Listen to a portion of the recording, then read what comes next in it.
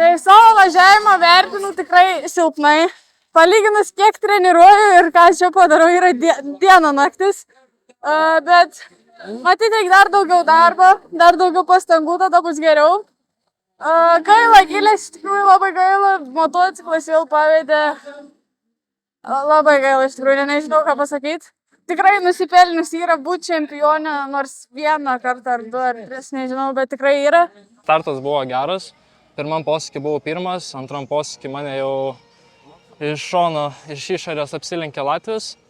Pirmus ratus labai įtempta kova buvo su juo, per daug atidaviau savęs, paskui į galą pavargau, dar su matomumu buvo problemos, tai nebuvo to ritmo važiavime ir baigiau antras. Labai patinka Pagistalių trasa, jinai tapo žymiai techniškesnė, kas yra man gerai. Tik dėl daug lietaus ji dabar taip daug įsimušė, kad tikrai sunku buvo važiuoti. Exhausting. The sun, the heat, the track is also very rough. It throws you around. Also it's remade, so you have to learn again the track.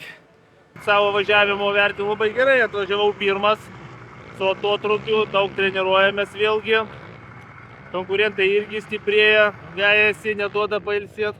Visai įdomi trasa, bet neatleidžia nedošokimų, reikia pilnai ją išpildyti. Dašok, tada viskas daug palengvėja, nes kai nedašoki, neužtenka gazo, trankaisi, atmuši rankas ir greičiau pavargsti. Tai bendrai geras gruntas, gera trasa, įdomus šuoliai. Jeigu viską išpildai, visai įdomu.